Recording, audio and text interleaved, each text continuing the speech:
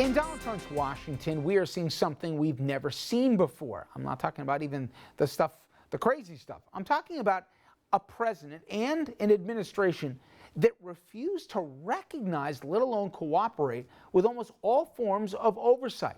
And it runs much deeper than you may have thought. I'll go through the litany here. Case in point, let's start with Kellyanne Conway. Conway, as you know, among the top political advisors at the White House. She regularly trashes Democrats and any critic that comes up of her president, including, by the way, her own husband.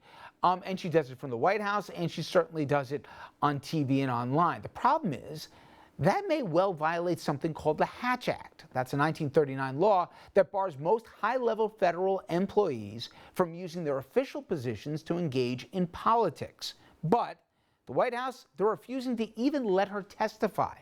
Now, the House Judiciary Chairman Jerry Nadler says he'll subpoena Conway, which will probably make this just the latest in a string of oversight subpoenas that are going to end up in court. The White House claims Congress lacks the authority to do oversight on the president or, as they've argued in court, to even investigate the president for wrongdoing. That could not be more wrong. In fact, 3 U.S. presidents have testified before Congress while they were sitting U.S. presidents. Gerald Ford, he testified about his pardon of Richard Nixon. Presidents Lincoln and Wilson, they also testified while sitting in office. Also, this goes way beyond just investigating possible criminal activity by the president, though that's clearly an essential role for Congress.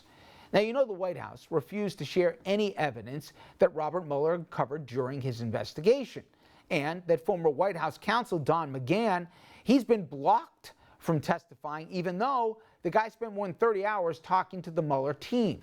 And that just last week, former White House Communications Director Hope Hicks, she was not allowed to testify about anything from her time at the White House, including the location of her desk, though she was allowed to talk about her time in the Trump campaign. But even if you think the White House has some reasonable claim to avoid questions about possible criminal wrongdoing by the president, and I should tell you, almost every expert said they're just not obstructing here investigations into possible crimes. What they're doing is obstructing almost everything.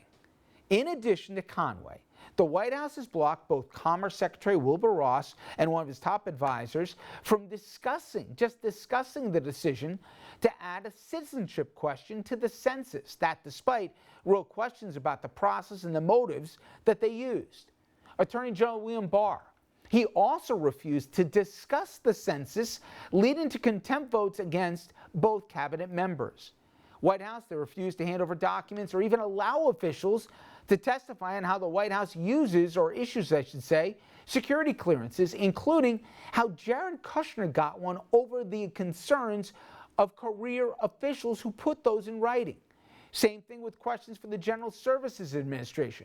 What they do is oversee leases of government property. Just so happens one of those leases, it goes to the Trump International Hotel on the site of the old post office in D.C. Same story with the Judiciary Committee's investigation into the president's emergency declaration to fund border wall construction, or the administration's support of a lawsuit that would overturn the Affordable Care Act, or information about the president's communications with good buddy Vladimir Putin. All issues and more that I could name here that the public, I would argue, has a right and a need to know about.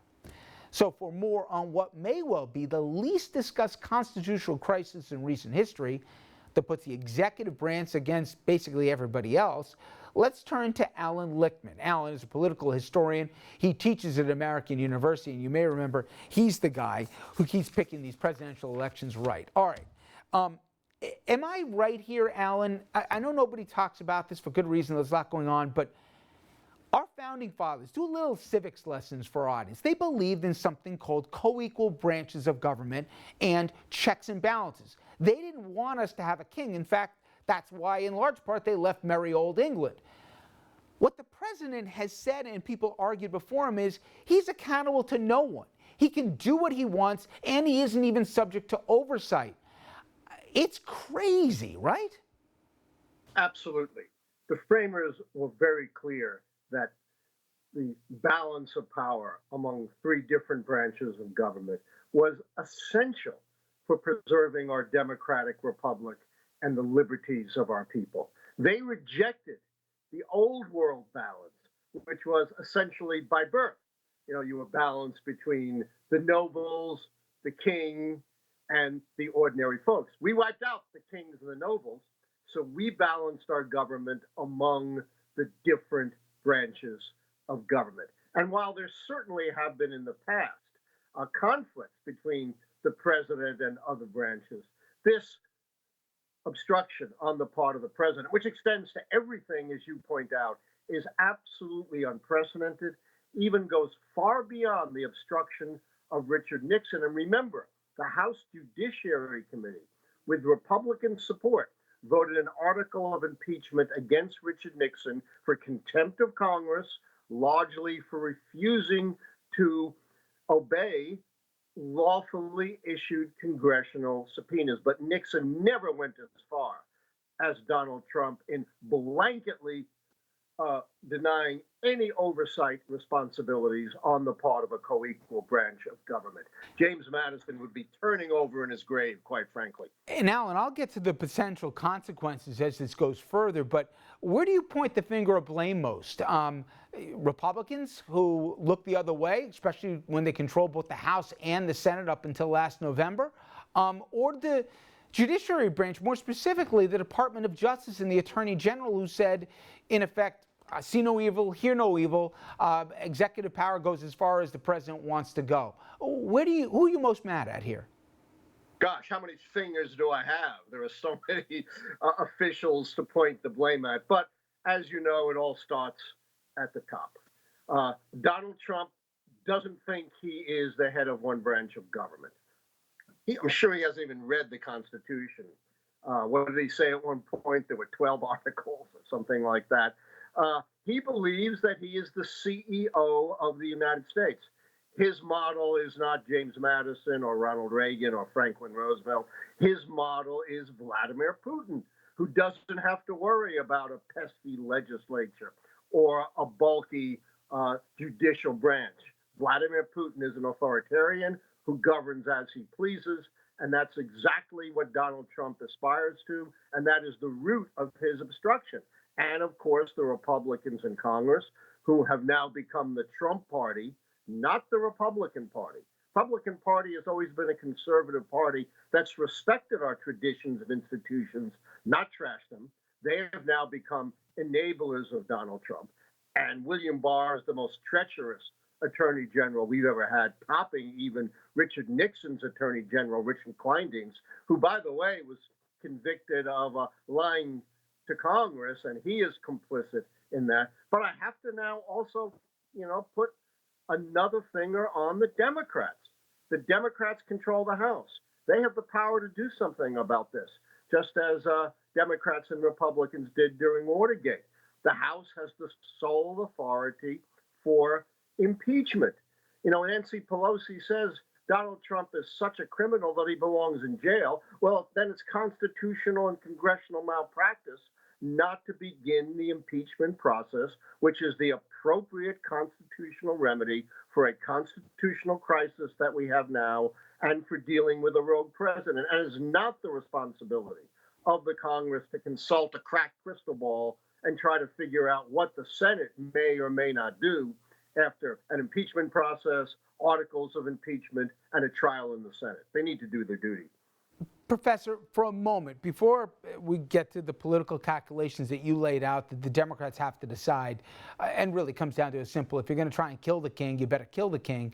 If they don't think it's going to get through the Senate, you can have a debate. And I think I can understand arguments on both sides. But tell people, regardless of who they voted for in 2016, regardless of what political party they align themselves with, the danger, if we have an unchecked executive branch where we could go in this country, and I don't care who wins the next election as it relates to the concerns to this issue. This is not healthy for a democracy. God forbid there was another act of, terrorism or whatever else. If the executive branch has unchecked powers to do whatever they see fit here, this country is a different place. That's right. This country, as we've discussed, was founded on the ability to check the executive.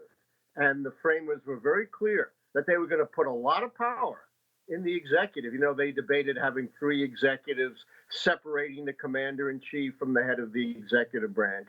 They rejected all that and put all this power in the president, who, by the way, under the original Constitution, until an amendment passed in the 1950s, could run for an unlimited number of terms. But they were very concerned about checking the president because they looked at the history of Europe, the history of Athenian democracy, and they realized that the greatest threat to a government that had sovereignty rested in the people and assured people's liberties and freedoms was the ability to check an authoritarian executive. And I fear once we go down the path of an unchecked executive, a precedent will have been established, and our democracy would look nothing like what it's looked like over the past 200 plus years. And of all people, the Republicans, the very nature of conservatism is you conserve traditions, you conserve institutions, you don't trash them. And Republicans have just completely abandoned their principles, and Democrats seem too cowardly to invoke their powers. So today we have the tragedy of a Republican Party with no principles, but a spine on behalf of the president. And we have a Democratic Party with principles, but absolutely no spine, that's unwilling to shoulder their constitutional responsibilities. And just like the Republicans are putting our republic in peril.